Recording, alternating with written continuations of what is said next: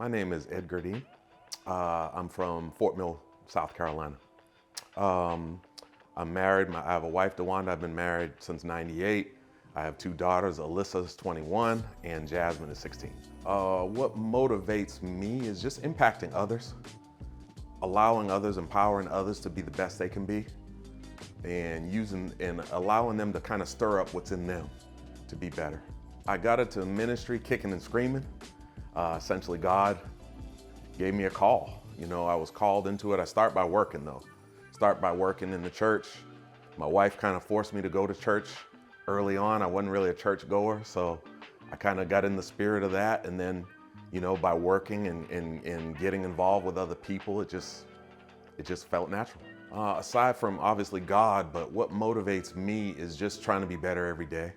Just trying to be more impactful to everybody I come into contact with, make them feel better about themselves, make them feel better about what God has for them. I think that's what really motivates me. My favorite scripture would be in Romans 12, and just paraphrasing, don't be like the rest of the world, but transform yourself, renew your mind, think a little bit different, and that's where I am. The best advice I've ever been given is to be myself.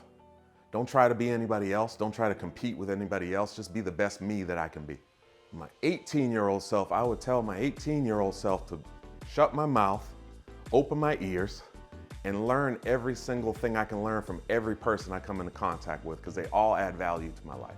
I would give them the message that I'm not a perfect man. I'm a work in construction. I'm under construction, and I'm just trying to be the best I can be, trying to be what God made me to be, but learning from my mistakes, being transparent with them, and then learning with what everyone else has that they can share with me. I would encourage young Christians to not seek perfection, but seek God. Seek a relationship with Jesus instead of trying to learn as many scriptures or going to the biggest church or the flashiest church or finding a pastor that's the most entertaining. Find your niche with God. Ask Him to show you who you are, and then don't worry about the rest. And I think that would allow folks to be a little bit more at ease with church. If they realize it's not a performance, it's really all about just thanking God for the relationship.